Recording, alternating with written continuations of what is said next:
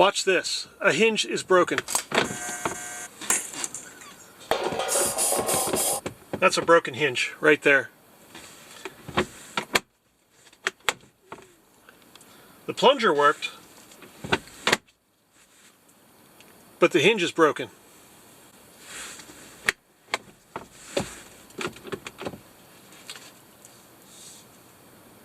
There's the broken hinge. Welcome to the world's dirtiest workshop. This is Christopher Thunder here, and today I'm going to talk about the 2013 Subaru Forester Glovebox. The hinges on the Glovebox door, here in front of me, there's one here and one over here. They're rather small. There's only two of them, and they're marked by blue tape. You can see the blue tape on either hinge. This one is broken. And it turns out that they were both broken at one time or another. There is a design problem with the hinges on this Glovebox cover, the door. When you go to install the door after replacing the air filter, the cabin filter of the car, you lay the hinges onto some plastic bars that are cut into the side of the Glovebox, for lack of a better term. So there's actually holes above and below, and they're kind of formed into these little shapes that look like bars. So you're going to lock the Glovebox door in there and then shut it. If it's not properly aligned and you try and shut the door, you will snap off these hinges rather abruptly. You'll hear a crack and both of these hinges will be shot, and then you'll have to start over again with a $200 Glovebox door, and you don't want that. I'm going to do this in the sun so everybody can see. This will engage the wall of Glovebox area. So that's going to stop your Glovebox door from falling. The same piece over here will do the same thing. And this is going to give you trouble when installing the Glovebox.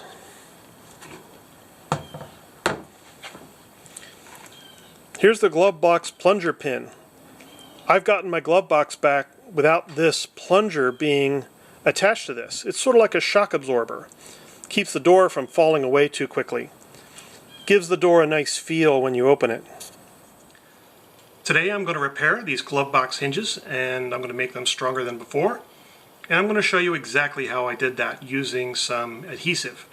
Probably epoxy, and I might even use a little super glue to lock them in place for the adhesive to dry or the epoxy to dry. So the epoxy might be a 6-minute epoxy, and that might cure in 24 to 48 hours. The super glue will dry in seconds, and it'll be rather hard, but still will cure in 24 hours or so. Having different glues really helps, so I'm here to show you how to use those glues to make a nice strong bond so that you can get back on the road with your Glovebox and not have to worry about it breaking on you when you go to open it again. You can see here the plastic is stretched and torn. You can see over here right there the plastic was also stretched and torn, and this hinge was also broken off.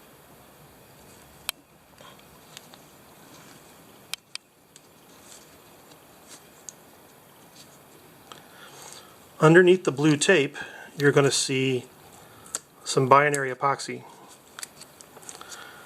Oh look, that binary epoxy came right off. That did not even stick at all. That might be why the other hinge had broken again. So what did I do wrong with that binary epoxy? Maybe I didn't roughen the surface there. So when you do apply binary epoxy, make sure that the surface is perfectly clean, and you might want to sand that down with a little 600 grit. Did the binary epoxy actually stick? And the answer is no, not really. It's probably the wrong epoxy, and this might not have been perfectly clean. So that's how that snapped off, right there. Yeah, that just popped right off of there. Very poor adhesion for this joint. So we're going to do this again, and we're going to do it a lot stronger. Here's what the dashboard looks like with the door removed. You can see here the hinge sits on this heavier piece of plastic here and here, And that's a real problem. It's a square peg in a round hole.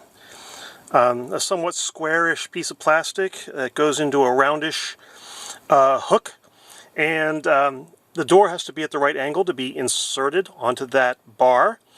If you do it wrong and try and shut the door, you will snap the hinge on the door. And that has to be done pretty regularly to get at this filter door right here. You can see maybe through those vents the top of the filter. People do remove the door to view the filter. You know, I can see with the door removed how dirty that filter is. But if it's going to be removed that often for regular maintenance, you'd think that they would build the hinges a little bit better so that they won't snap off. This part is made pretty well. The part that's on the door itself, not so good. You can see here that this door hinge is completely broken off. Here's what the door looks like with the door hinges on it. Before you fix something like this, make sure you mark the pieces. 1 dot for the right side, 2 dots for the left side. Don't forget to rough up the inside of the broken piece, because you're going to put a little coat of epoxy on that as well. And that's going to reinforce everything, so this door will be stronger than the factory door that you put on. The file wasn't getting the surface completely roughed up, so I'm just going to come back with the sandpaper and just hit it again. And that's going to make sure that that is all very well roughed up. And it'll even go on the inside too.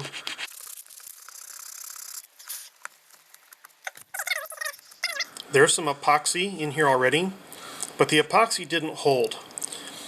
If you want an epoxy joint to hold better, clean up the joint where the plastic is torn. The plastic molecules, they tend to separate. You get this foamy kind of a plastic when you stretch it. And that's not a good foundation for epoxy to grip. So what I'm going to suggest is file down the material first. Try to use a bigger file. Try to get it as flat as you can to make a good mating surface. Now, some of the epoxy here is sticking really, really good. You can see it's not really coming off of there. And some of it didn't. So there's hope that I can make this thing seriously tough. Just have to do it right. Because if I don't, the next guy that takes my glove box door off to maintain my air filter, that person's going to break it. I broke it once, so I know exactly how easy it is to break.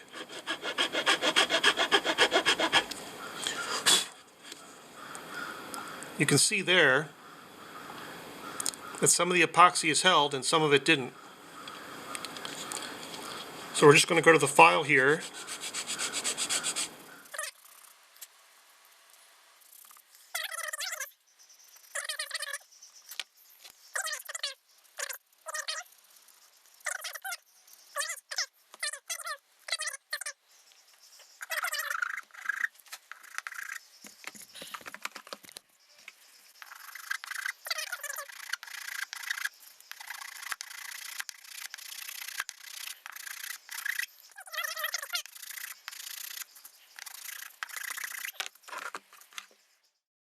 Make sure the mating surfaces are aligned properly and smooth. This is the JB Weld binary compound that I like to use.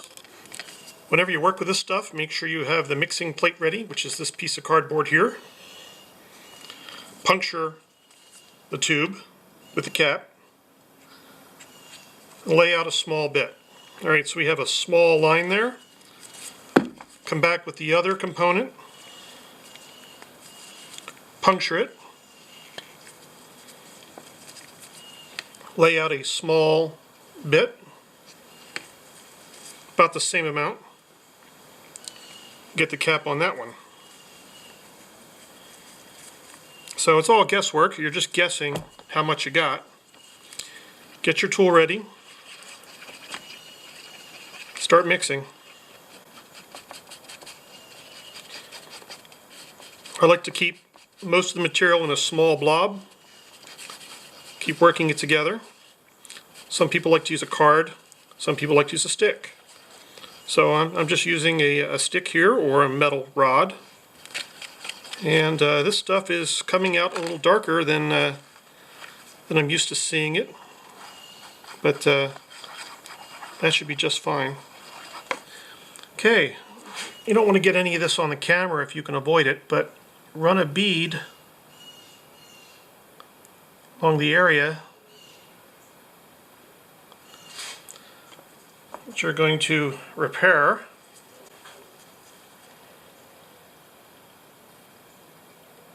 Stuff is thick enough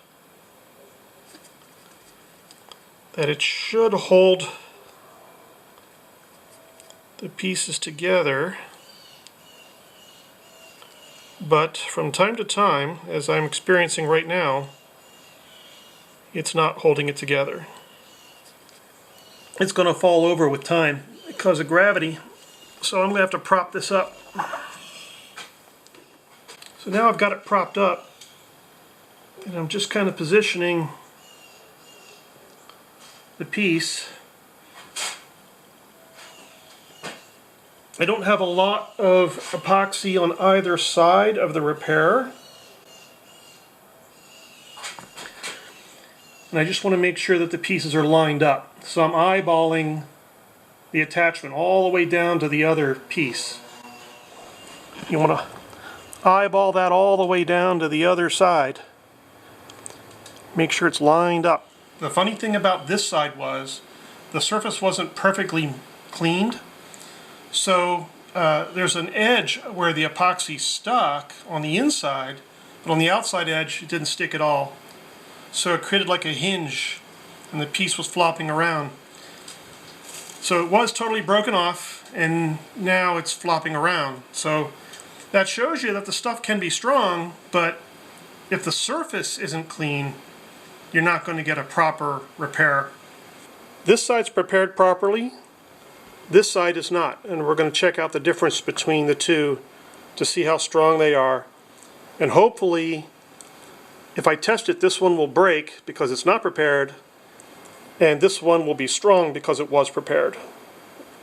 So how fast does this stuff cure? Well, I'm at about 5 minutes, and it's getting really stiff. So I'm going to say about 5 minutes. I'm going to have to wipe this off before it gets too hard. Here are the two repairs. This is the side where I applied a bead of epoxy across the front. Here's the side that I had actually cleaned up and filed, and there's a smaller bead across the front. I would not put any pressure on that for a while. This is at about an hour. This is something that's always bothered me. This is like a square peg in a round hole.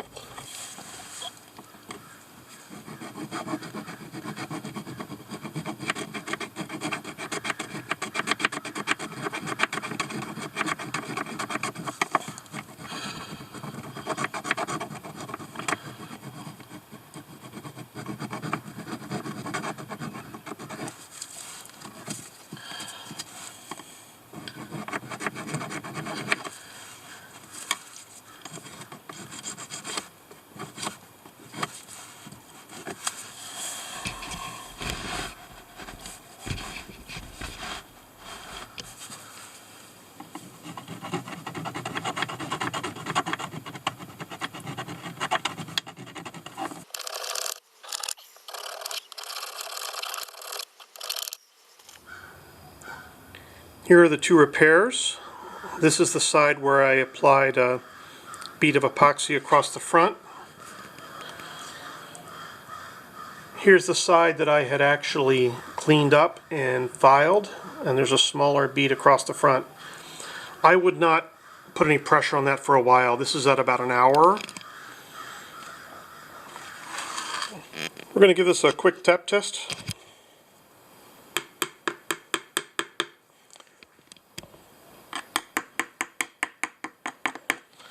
So you're not ready to put that back in yet. If I try to put that into the car, that'll break. So still gummy, not ready yet.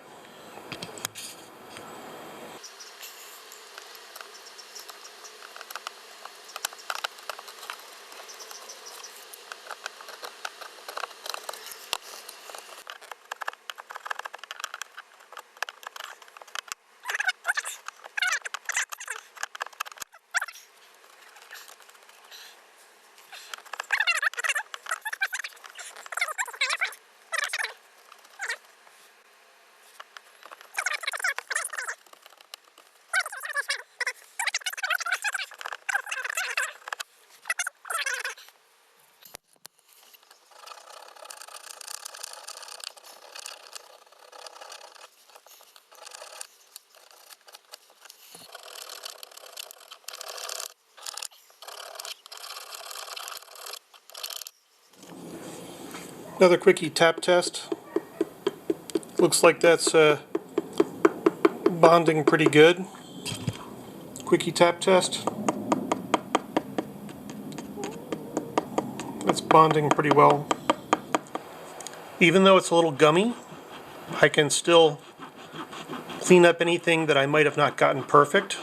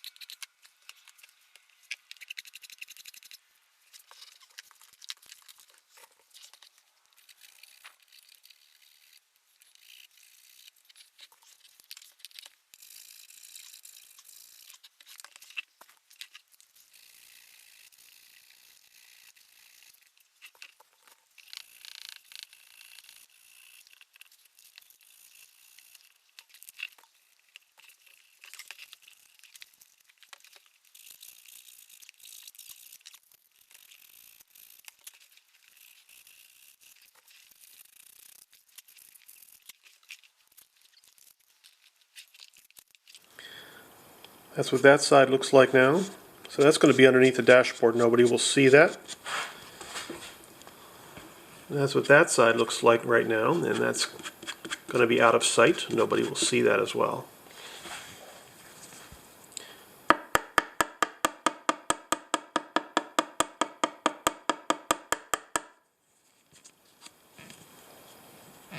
Yeah.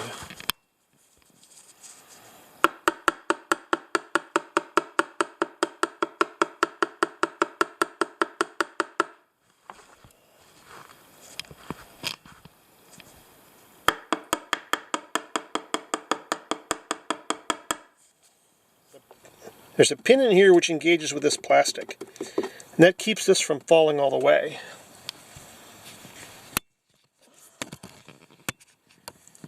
Here's your plunger. If you install that first, the door won't fall. This side is also engaged with the wall here, so the door won't fall. But the hinges are not engaged. And that's a problem. There's a trick to this. You need to engage the hinges first, and then get the rest of the mechanicals to engage. And to demonstrate how difficult this job is and what the challenges are, is that is strong as hell. That's a real, I am squeezing that with a lot of force on my fingers. And that won't break. However, this one just snapped right off. Again, while I was trying to install the glove box again. Broken again. So we're going to try and glue it again.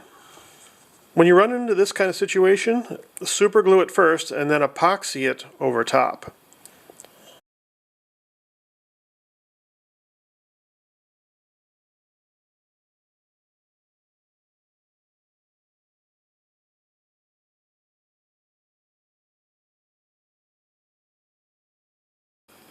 When the super glue dries in the crack, it might leave a gap in the crack. So reapply the super glue to fill in that crack. This will give you a stronger bond. For epoxy, I always tap test about 2 hours later. For super glue, I tap test almost immediately. Layer on the super glue and file it down. Use a magnifying glass or a camera with zoom to verify your bond.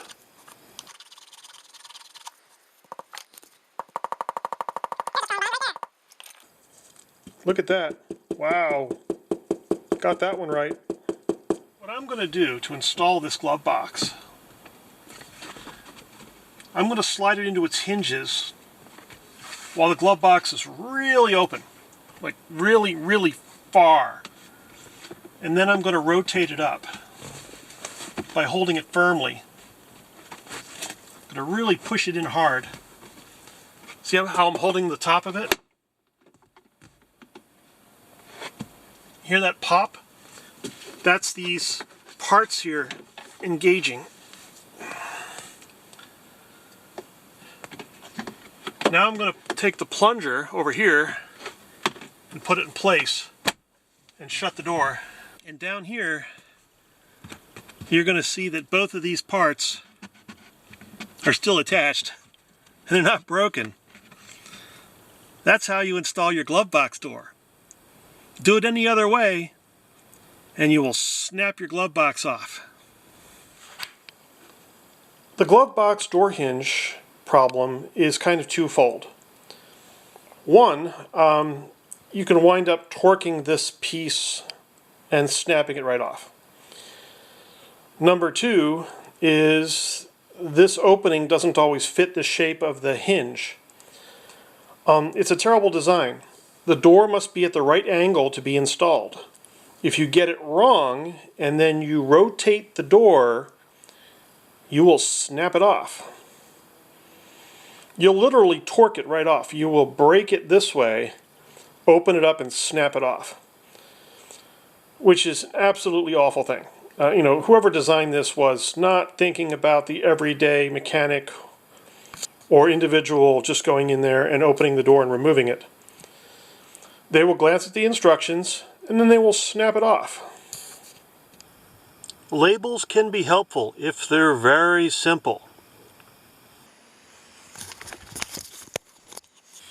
How do you know the glove box is working correctly? Open it. Shut it. See how it just drops carefully and slowly? I've gotten my glove box back from mechanics and had it just drop and thunk. That's a properly working Forester glove box door. And the hinges are not broken. Once you've installed your glove box door and you're sure you haven't broken the hinges,